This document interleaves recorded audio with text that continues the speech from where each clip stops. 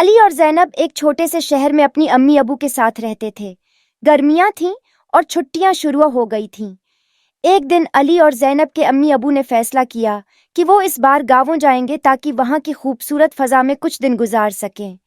شہر کی ہلچل اور شور شرابے سے دور گاؤں میں سب کچھ پرسکون اور سادہ تھا۔ علی اور زینب کو وہاں کی قدرتی خوبصورتی اور چہچہاتے ہوئے پرندے بہت پسند آئے۔ علی نے خوشی سے کہا، زینب، سوچو، گاؤں کی ہوا، کھلی کھلی جگہیں اور ٹھنڈی ہوا میں کھیلنا کتنا مزہ آئے گا۔ زینب نے مسکرا کر کہا، ہاں علی۔ چند دن بعد وہ سب گاؤں پہنچ گئے۔ امی ابو نانی اماں کے گھر آرام کر رہے تھے اور علی زینب نے کہا، ہم تھوڑا باہر گھومنے چلیں گے۔ وہ دونوں خوشی خوشی سرسبز کھیتوں کے کنارے چلنے لگے، جہاں تتلیاں اور رنگ برنگے پھول تھے۔ درختوں کی چھاؤں میں ہوا بہت خوشگوار تھی۔ اتنے میں علی رک گیا۔ زینب، تم نے کچھ سنا؟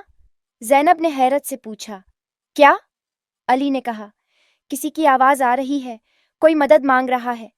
زینب نے تھوڑا گھبرا کر کہا، چلو دیکھتے ہیں لیکن دھیان سے۔ وہ دونوں آہستہ آہستہ آواز کی طرف بڑھے۔ جھاڑیوں کے پیچھے سے ایک ننھا سا ہرن نکلا جو زخمی لگ رہا تھا۔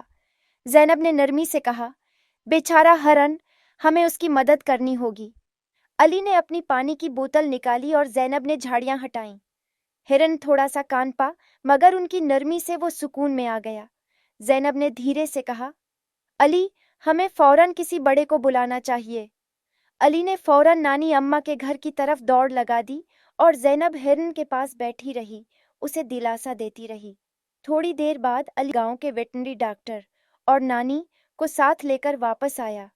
ڈاکٹر نے ہرن کا زخم چیک کیا، مرہم لگائی اور کہا، اگر تم دونوں وقت پر نہ پہنچتے تو یہ ننھا ہرن بچ نہ پاتا۔ نانی اماں نے محبت سے علی اور زینب کو گلے لگا کر کہا، میری جان، تم دونوں نے آج واقعی بہت بہادری دکھائی ہے۔ علی نے کہا، ہم نے صرف اتنا کیا جتنا ہر کسی کو کرنا چاہیے۔ ڈاکٹر نے مسکرا کر کہا، مدد کرنا بڑی نیکی ہے، مگر تم دونوں نے سمجھداری سے کام لیا، یہی سب سے خاص بات ہے۔